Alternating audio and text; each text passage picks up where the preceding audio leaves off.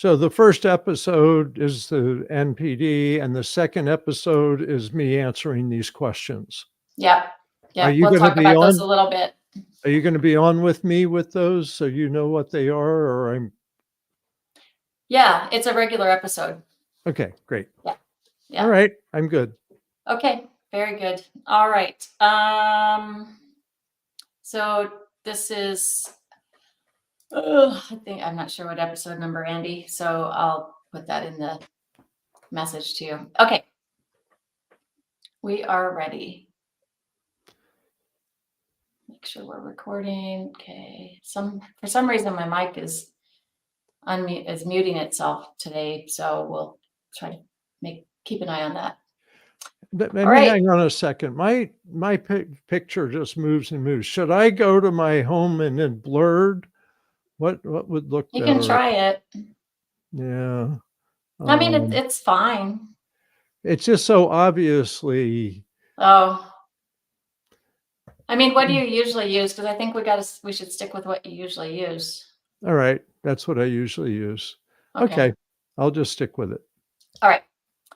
Here we go. Countdown. 3, 2, 1. Welcome to It's All Your Fault on True Story FM, the one and only podcast dedicated to helping you identify and deal with the most challenging human interactions, those involving someone with a high conflict personality. I'm Megan Hunter, and I'm here with my co-host, Bill Eddy. Hi, everybody. We are the co-founders of the High Conflict Institute in San Diego, California, where we focus on training, consulting, coaching, classes, and educational programs and methods, all to do with high conflict. So today is episode 6 of our 5 Types of People Who Can Ruin Your Life series. This time focusing on narcissistic high conflict people and their involvement in domestic violence, if any. But before we start, please send your questions to podcast@highconflictinstitute.com anytime, or on our website at highconflictinstitute.com/podcast, also anytime, where you'll also find all the show notes and links for today's episode and all the episodes. All right, Bill, welcome back. We missed you last week when I did an episode of Asked and Answered and tried to answer some listener questions. Hopefully they were okay. So today we're going to talk about narcissistic HCPs. And in your book, 5 Types of People Who Can Ruin Your Life. Now, we started with, in association with this podcast, we started talking about the antisocial high conflict people and borderline high conflict people, and then followed up about those two and their involvement, if any, in domestic violence. This week, we're focusing on narcissistic personality disorder, high conflict people. And like I said earlier, if they have involvement in domestic violence or not. So, Bill, you titled this chapter in the 5 Types book, the I'm superior, you're nothing type. And you start the chapter with, do you know someone who thinks they're better than everyone else and seems bent on proving it over and over again, and always at other people's expense? Maybe you were charmed by them at first, but now find them acting superior to you or entitled to special treatment. Perhaps you feel they've sabotaged you or blamed you for something in their quest to get ahead or gain prestige and attention. These are all hallmarks of a narcissistic high conflict person. And to have a personality disorder, according to the DSM, someone must have significant social impairment and/or internal distress. So, Bill, break that down for us. What does that mean? Social impairment and/or internal distress? Well, this is a threshold issue for all personality disorders in the diagnostic manual.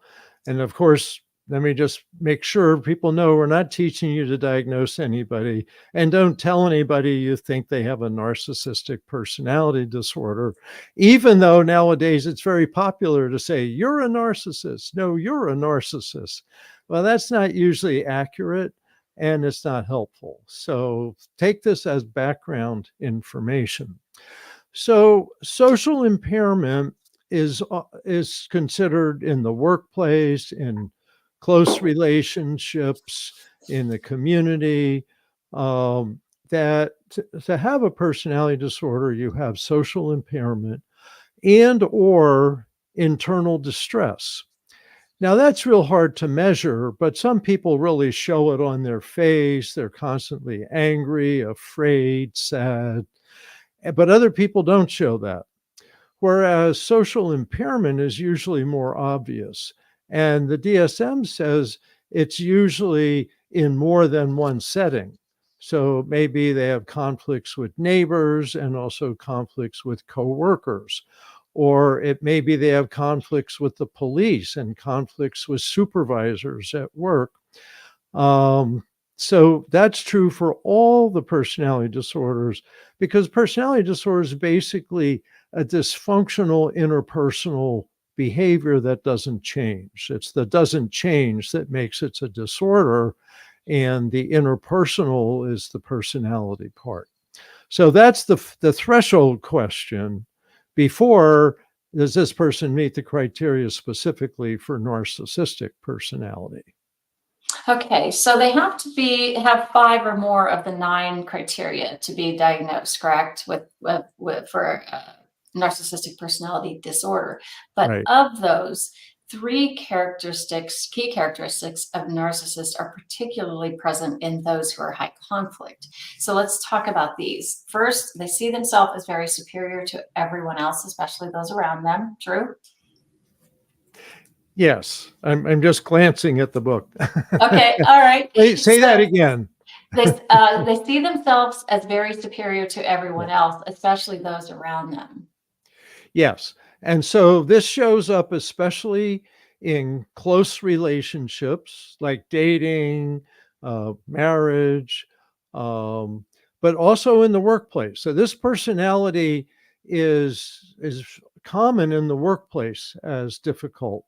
Uh, Sometimes as an employee, but often as a supervisor, because they're attracted to positions where they can be seen as superior to the people around them. And But that's important, right? I mean, yeah, it's how they're seen. I need to be seen and perceived as important or all knowing or all wise or the best, right? yes, the image is very important. And this is one of the things that's special about narcissistic personality compared to the others, in that they fairly early in life start developing a false self. And so this false self is supposed to kind of help them through life to feel superior rather than maybe they feel inferior. Maybe they're abused. Maybe, things don't go well for them. So they create this false self and try to fulfill that, but they need the people around them to help fulfill that. So they want admiration, they want status, they want, like in companies, they'll step on people to go move up, like their coworkers. They'll say, I get credit for what that person did instead of that person. And if something goes wrong, it's always somebody else's fault, not their fault. So, Yeah, it's like they yeah. just can't tolerate feeling Yeah. like anything is their fault or that they can take responsibility for it. It's not a conscious thought. It's just how they are, right? And Yeah. I think of a recent example of this where someone who's been quite successful in life has seen their life crashing around them recently in every way you can imagine, financially, relationally, uh, jobs, everything. And very unrealistic efforts to move forward and kind of climb out of a hole. But while doing this, just kind of throws out there, oh, I'm going to submit myself for a Mensa test, an IQ test soon because I've really got it up here. Right. And you're like, what does this have to do with problem solving? But it's that attempt to just constantly not feel inferior, right? Yes. And the constant that you said is real important, because nobody really is superior to everybody else. Some people are better at this, some people are better at that, but as a person, we're pretty equal, you know? And so they have to create kind of a false set of people below them. And no one really likes that. But they're constantly getting knocked down from looking superior. And so their coping mechanism is to be constantly putting themselves back up. And so it's a constant process. And frankly, it's irritating to the people around them because they're being used to put this person up by them putting them down. So you get constant stream of insults, constant stream of blame. Um, and actually, this is a difference with the narcissistic high conflict person and the narcissistic person who isn't high conflict. The high conflict person blames other people for their setbacks and such. The not high conflict person just tries to say I'm superior and keeps saying I'm superior, but they're not blaming other people. And maybe I've met a lot of narcissists and worked with some in counseling who aren't high conflict, but they're stuck in life because they have to keep this image and they know they can't keep the image, and it's hard. That's really interesting. And really, it defines, and I guess helps us understand that it's the blame that is a tell, right? It's a tell that you are, that perhaps this person has a high conflict personality, so I might have to do something differently. And so we can look at, I think it's interesting, we've got the blame, and then you add in the kind of that constant piece of them is maybe abusing others and or using others. Abuse or use, is that true? Yes, both of those. And the using is pretty comprehensive. They're not they're not all abusive. And the research that says the in terms of like the domestic violence, for example, that borderline and antisocial are the ones that stand out the most. But narcissists, as you will hear, have traits similar to borderline or traits similar to antisocial, and they do. Some are abusive, but many narcissists aren't abusive, but they're using people to look good. So let's say they marry somebody beautiful and they're putting them in front and, oh, look who I married, someone that's, perfect. And then, but then you got to be ready for the switcheroo because they're not going to be perfect. And now the narcissist has to show themselves as superior to this person.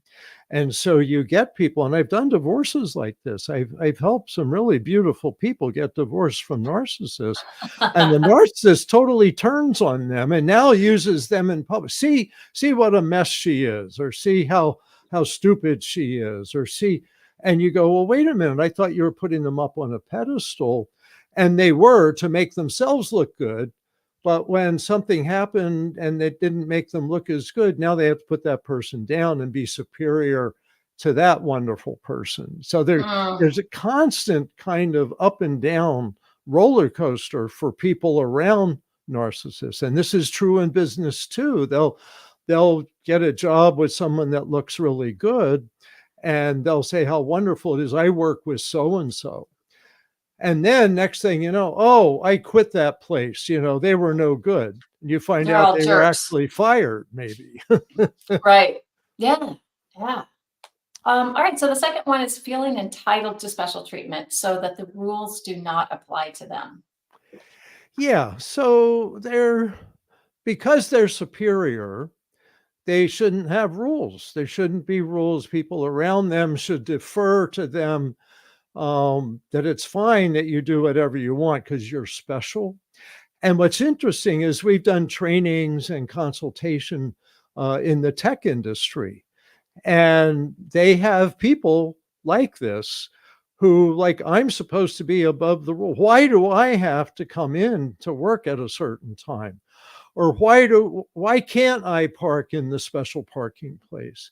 And why don't I get to take time off for whatever I want whenever I want it, because I'm brilliant and I've contributed a lot to this company?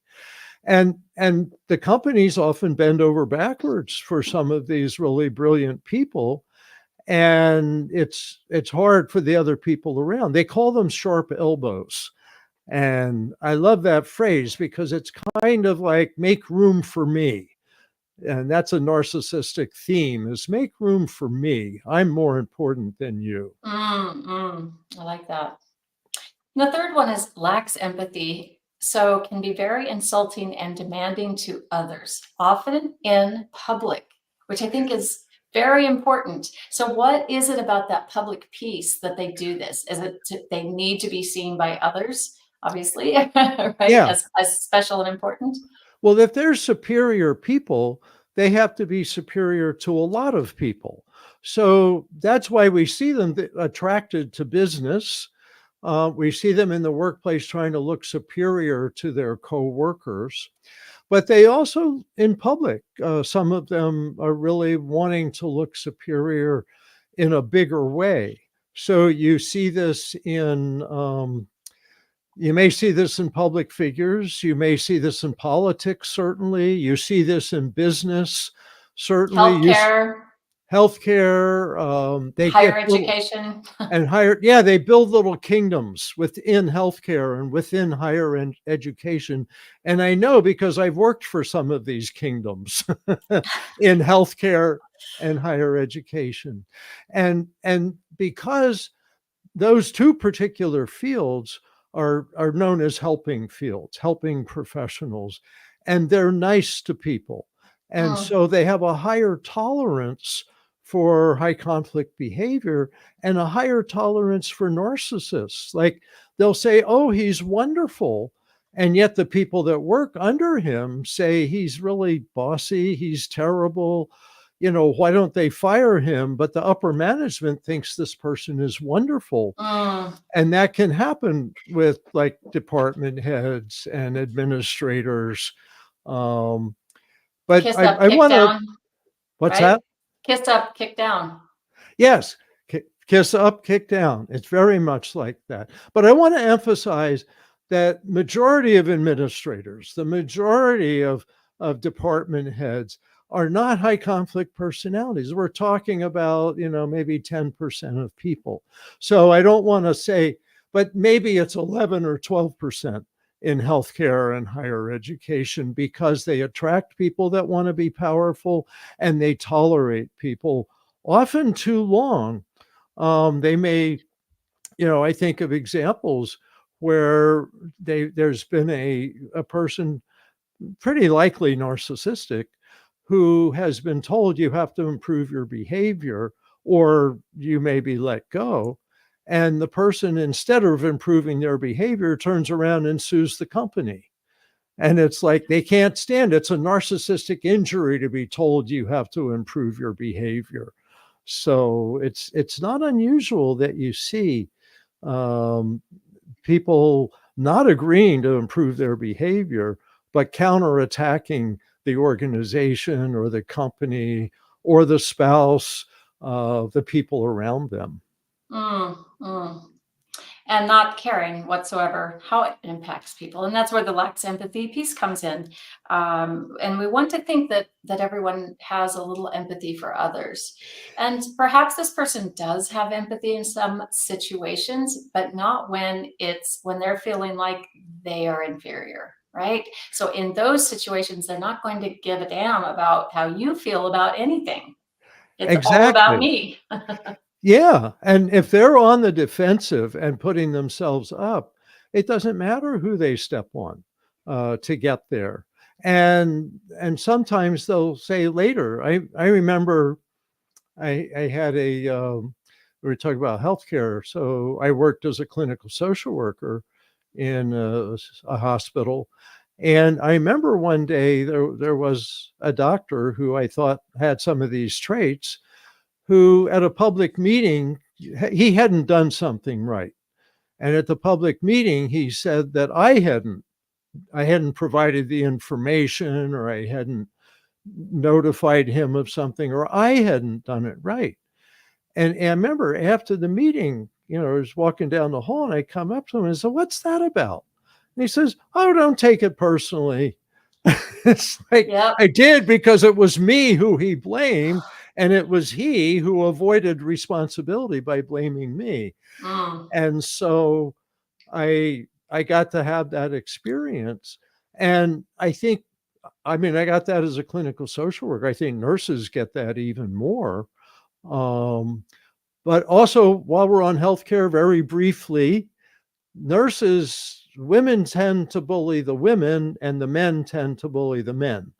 And in a sense, that's what happened to me. Uh, and I didn't know that till I did some research on the healthcare area. But Mm. anybody listening in healthcare will probably say, yep, that's what I've experienced, or that's what I've seen. But narcissists are, I would suggest, more prevalent in healthcare, and also more prevalent in higher education. So Mm. these are industries, if you want to call them that attract this personality because they do get to look superior, and their contributions may be very superior. Bringing in millions of dollars in surgeries, bringing in millions of dollars to departments, building new departments in higher education. So these are areas where this seems to be higher incidence, but still the majority of people are not. And I want to make that point clear. Right. And I've worked with some doctors who were kind of identified as high conflict. Excuse me. But when with a little bit of coaching, what we kind of uncovered is that they didn't have a high conflict personality. They were just hyper focused at work and wanted to do the best job, and they were just completely thinking about the tasks that needed to be done. And so they weren't working on the relationships with those around them, say nurses or techs or whoever else is in the room, and were coming across as high conflict. But that key was their blame in there, right? Were their unmanaged emotions. So we have to kind of look at all those things. And once the doctors understand that, wow, I just need to work a little bit on the relationships with them, ask them how their day was, say, hey, I like your shoes, or something like that. Then you kind of can see that, okay, this person's just really focused. And you can have conversations about that. So there is a difference. But let's talk about Let me staff. comment on that a second, Megan. Is there really is a range. So some are really unreachable, unchangeable, but some coaching really can bring them around, and they may even just have traits. And I like to give the example, I think, briefly, of Steve Jobs, who many people said was narcissistic. And yet, I don't know that he had a personality disorder. He may have had traits, because a disorder really, people aren't going to change, or it's very unlikely. But he was able to change. He got fired by Apple in the 1990s, and then he came back more, a little more able to work with people and more able to listen to his management team. And he was very successful, perhaps because he had this drive and some of these traits that he believed in himself.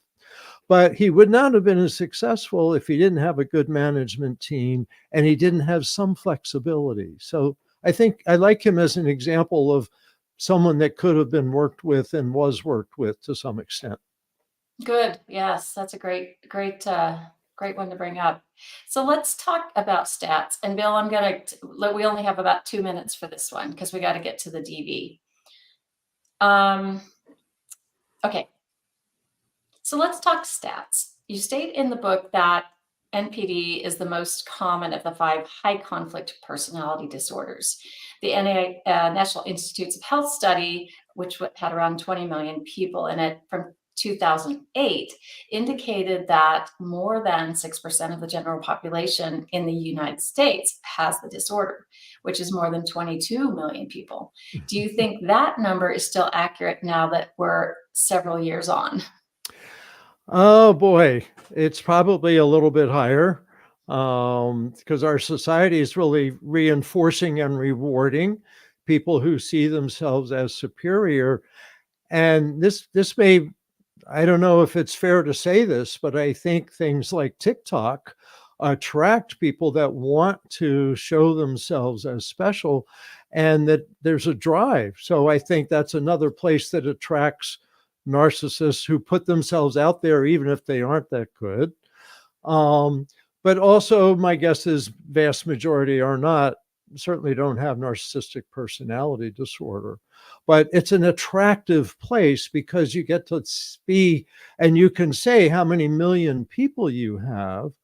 And I mean, there's good people that get a lot of millions of people too. So it's an interesting dynamic. But yes. Mm.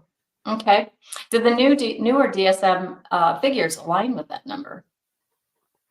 Well, the DSM says 6.2% from that big study you mentioned, but it also mentions other studies. And so they don't like these high numbers. Mm-mm.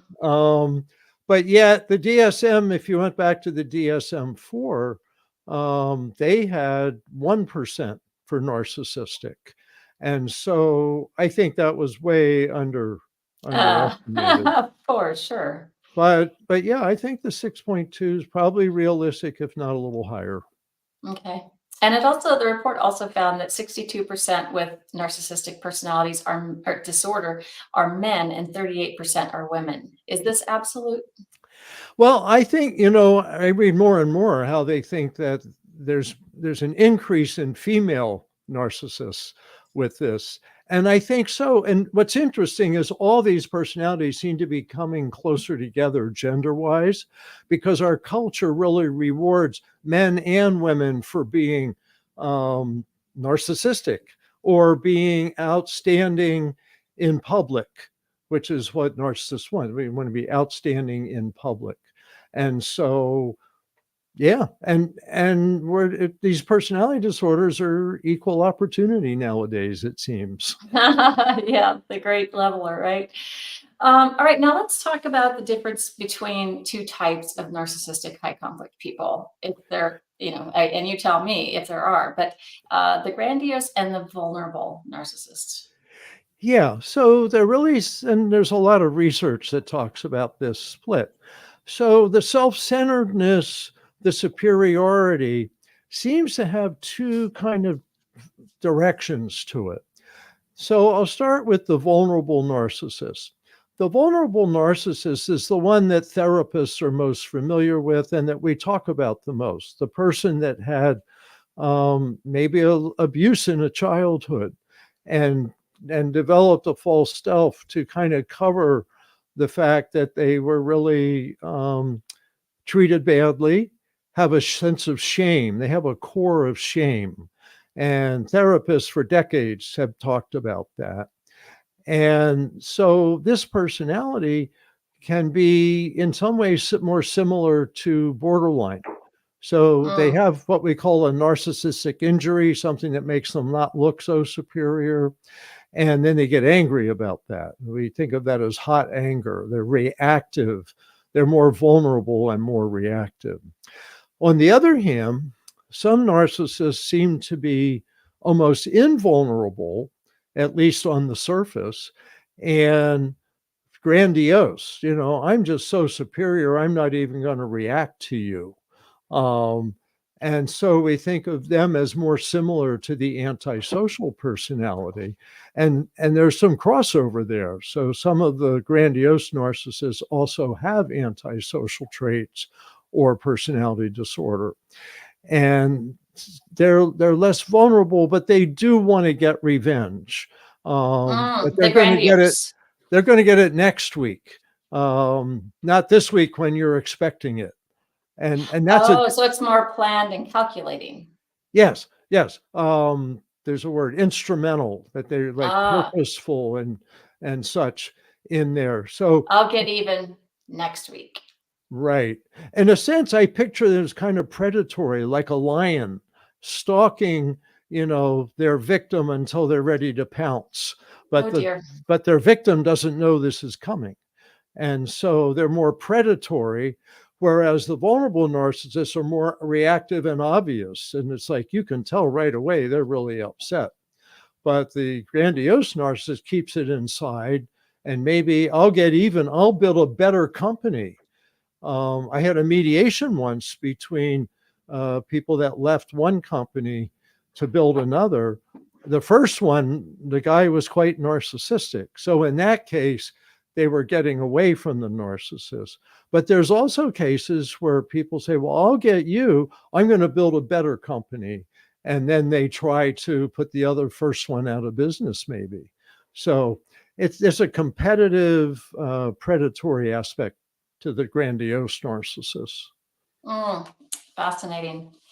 So, just like we talked about in the other two episodes with borderline and antisocial, the questions about lying.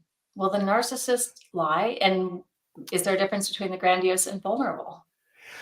Well, I really think that, I mean, all the personality disorders lie more than average based on their personality needs. So, like borderline lies to keep relationships, antisocial lies to get more money or dominance in power. Narcissists lie to keep their image up, but they don't necessarily lie a lot because they exaggerate, and they're more successful because they're not blatantly lying, they're exaggerating. And so it's feasible that this is the best ever at this business. So yeah, but they'll lie to keep their image up. As But long as it looks good, as long as they look good to someone else, then the lying is justified. yeah, so like they'll lie early in a relationship to get someone who is probably not going to be happy with them in the long run. But if there was a difference, and I really don't know, and I don't know if there's any research on lying by grandiose narcissists versus vulnerable, but what I would say is vulnerable narcissists are probably less likely to lie because they're so out there. They're out in the open. I'm angry at you because you insulted me, and I can't be insulted because I'm a narcissist. They can insult others, but they can't take it. Very thin-skinned. And so, they're more just out there with what's really happening. Grandiose narcissists may be lying in order to promote a scheme, but they don't lie. They certainly don't lie as much as antisocials. And that's the thing I want to say. Antisocial, if someone lies a lot, you're probably looking at an antisocial personality disorder, because deception, lying, and conning is one of the criteria of that personality. Yeah, that's part of the job description. Right. I lie because this is my recipe. And they'll lie when they know they can get caught. That's always one for me that is, I kind of look for that. Yeah. So then one last one, and then we'll take a break. Apologizing. Will the narcissistic high conflict person apologize authentically?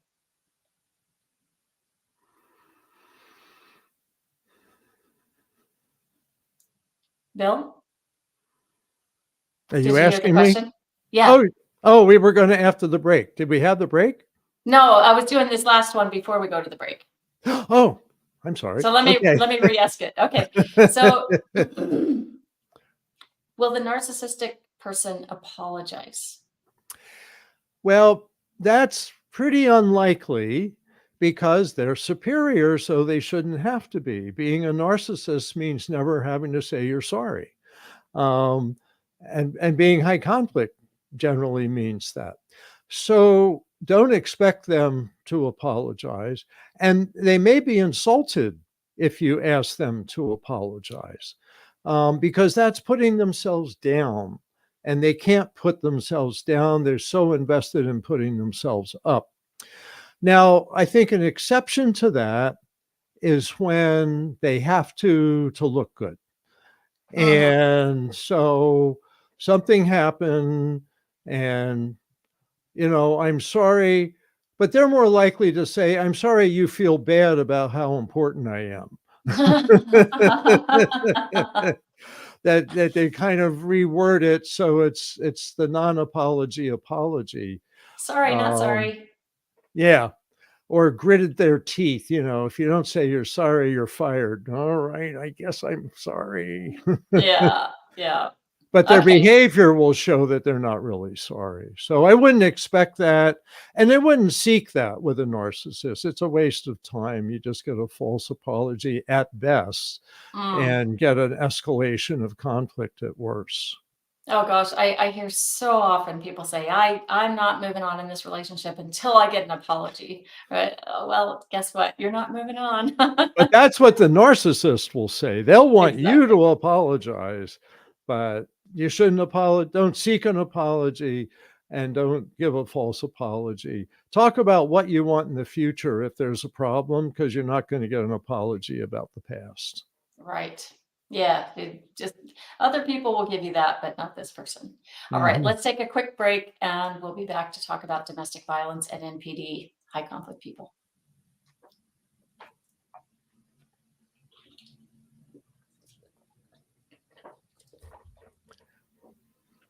All right. We are back. So, Bill, is it common for those with narcissistic high conflict personalities to be involved in domestic violence?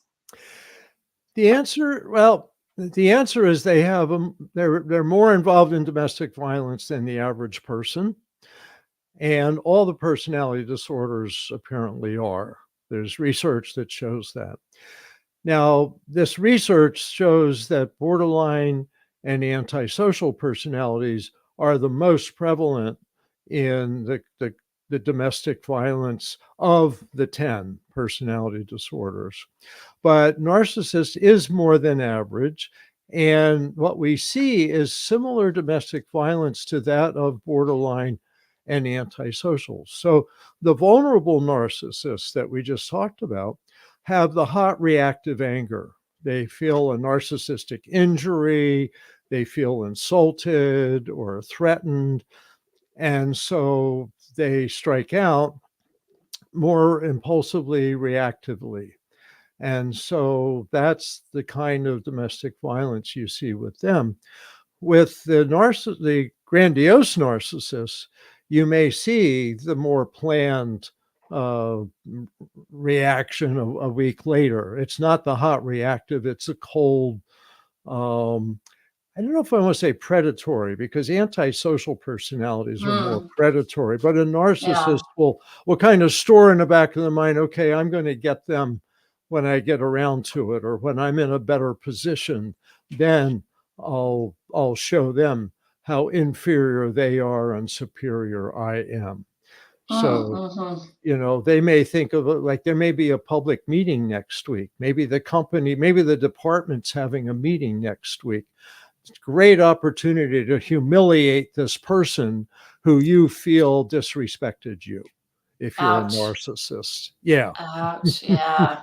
Yeah, but it's very normal, a very normal thinking for them. It's just how they think. Yeah. How about stalking?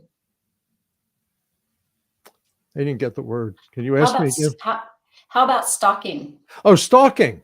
Um, could be if there's an incentive for them. They let go of relationships much more easily than, say, borderline. Um, Mm, so they're less likely to stalk than borderline. But I wouldn't rule it out, especially a vulnerable narcissist that's like, you may have to pay for this. You've made me look bad. And so they could engage in stalking. Um, they may feel threatened, certainly, by a new relationship. Their partner maybe got divorced from them, and now they may be in a new relationship, and they want to check up on them. But it's not as significant, I would say, with narcissists as with borderline, where there's a lot of stalking. you mentioned that there's a difference between the narcissistic and the borderline in that the narcissists are able to let the relationships go much more easily. And why is that? Well, because they're going to move on. They're not dependent in the same way that a borderline would be dependent on a partner, because in a sense, narcissists don't get that close.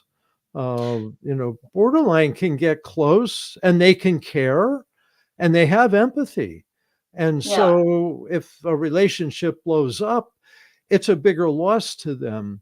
For a narcissist, it's like, oh, I'll go somewhere else. Moving You on. know, yeah, you weren't that significant. You weren't that important to me anyway. And that's got to be crushing for the partner who's left behind, because they thought they had a close relationship, and then it was a mutually adoring relationship, I guess. And for the narcissistic brain, it's saying, no, I can just move on, right? Yeah. So one of the trickiest couples for divorcing is the narcissist and borderline couple, because the narcissist is like, hey, I'm out of here. And the borderline's, no, you're not.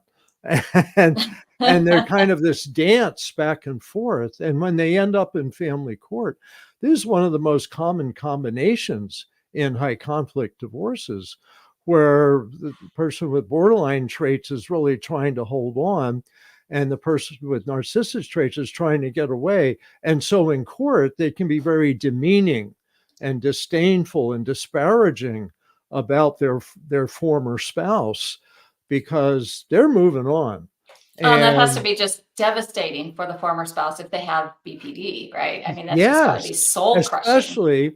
especially because people with BPD are often very attracted to narcissists because they look wonderful and they create an image of themselves that often fulfills the image that the borderline person is looking for in someone, that thinks they're really special.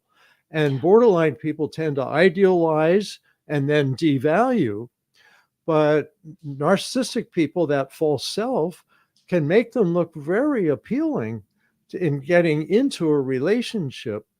And then when the narcissist turns on the person with borderline and puts them down or wants to let them go, then you've got borderline rage, and you get this push-pull effect. Um, and it's sad, because I believe this is mostly driven unconsciously, maybe even from birth or early childhood, these patterns, and people just get stuck in these, quicksand of high Yeah. conflict divorces driven by the personalities. Now, I'm not saying everybody in a high conflict divorce has two people with a personality disorder. Many cases, maybe half, it's one person. Um, but with the narcissist and a borderline, when there's domestic violence, the borderline's like pushed away by the violence, but wants to hold on to the relationship. And so there's a coming and going. So borderline's kind of in and out.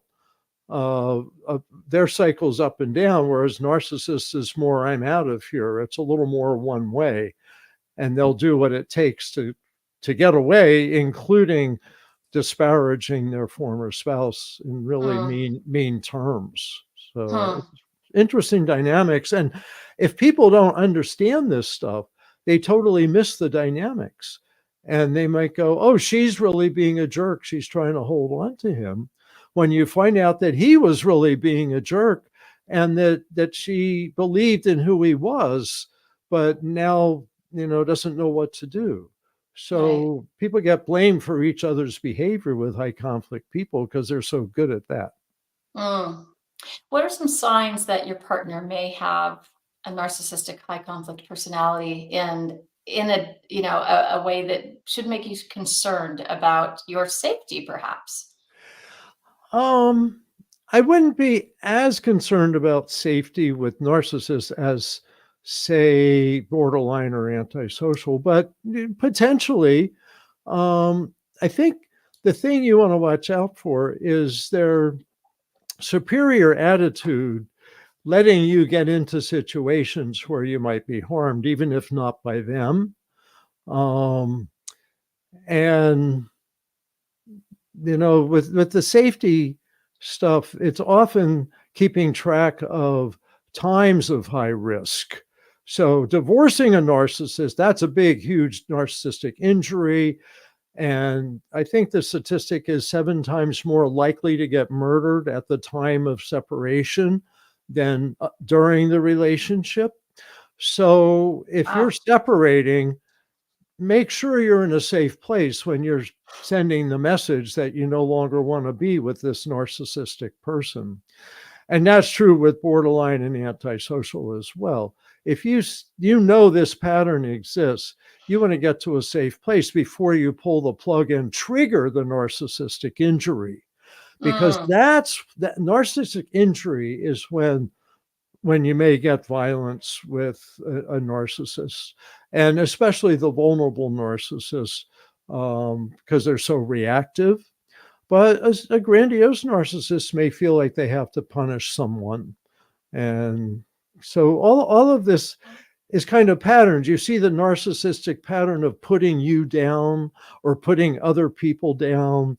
That's probably one of the bigger warning signs, is that they can demean people in this way, show disdain and disrespect in this way, then they may not care if they cause some injury at some point. yeah, yeah, it could turn toward you, right? Yeah. um, yeah, and don't be surprised if suddenly that person has a new partner very quickly, right? Oh yeah. Yeah. Narcissists narcissists are always looking for admiration from other people. And actually what you see, it's not unusual that you have them in a marriage, say, but they're also having an affair. I remember working in group therapy and chemical dependency treatment program in psychiatric hospital years and years ago. And there was a guy that said, I have 3 girlfriends, and they don't understand me. They know about each other. There's no lying. Everything's out in the open.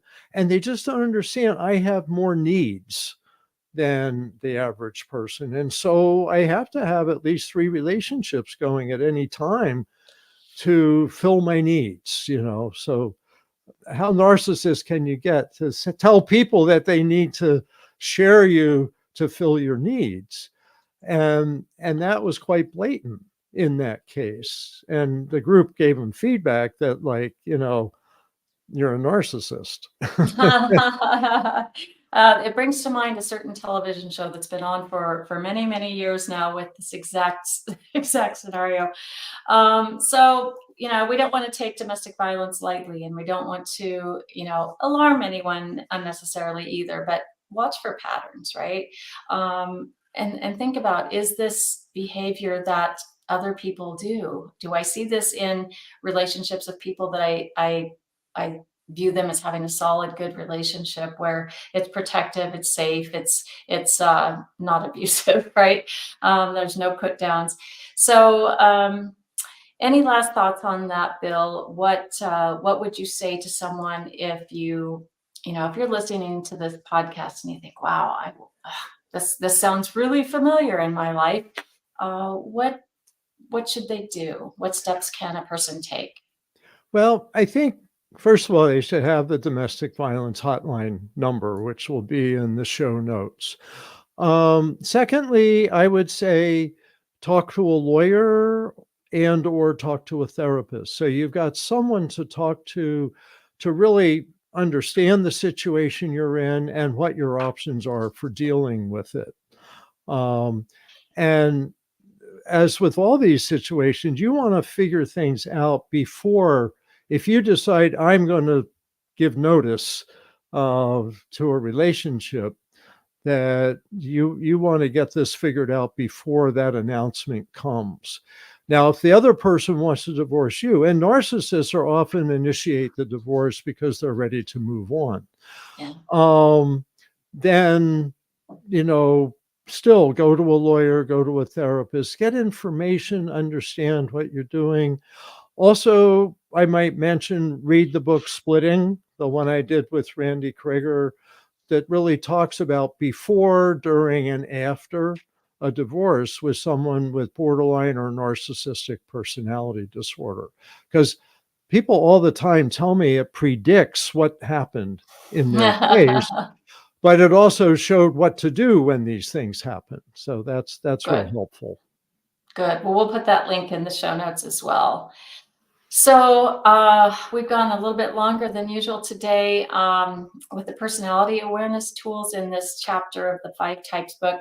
It will get easier for you to spot narcissistic HCPs early on and avoid, relationships with them or manage your contact with them with some increased confidence. And if you do let, someone like this or more than someone like this into your life, do so with eyes wide open to the realities you'll face and the work you will need to do to manage their high conflict tendencies. So thank you for listening today. We hope this has been helpful. We do have 2 more episodes in our 5 types series, one on antisocial or on histrionic personalities and one on paranoid personalities. But we're going to have 2 other episodes first. The first one will be with our special guest, Rebecca Zung, to talk about, also continue this discussion on narcissistic personalities, and followed by an asked and answered episode where we answer your questions.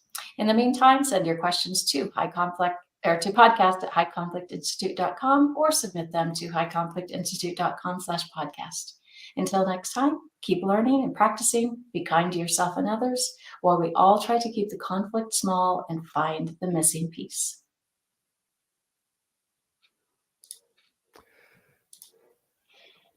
Okay, so that was a long one. And I didn't realize how long that was. Yeah, that's all right. I can't think of anything we'd want to take out. No, it's fine. It's fine. We won't record another one today because neither of us have time for it, and that's fine. We're caught up. So I'll get something on our calendar for next week. Then you can trim those questions down then. What, in this episode? In the question and answer one you sent. Yeah. The Q&A. Yeah, because that's going to take some time. And by the way, the recording looks to me, I was going to say episode 511, but you did one. Did you do 1 or 2 in between? I don't know. I did one. I did one. So that's 511. So this would be 512. I guess so, yeah. I think so too. Yeah.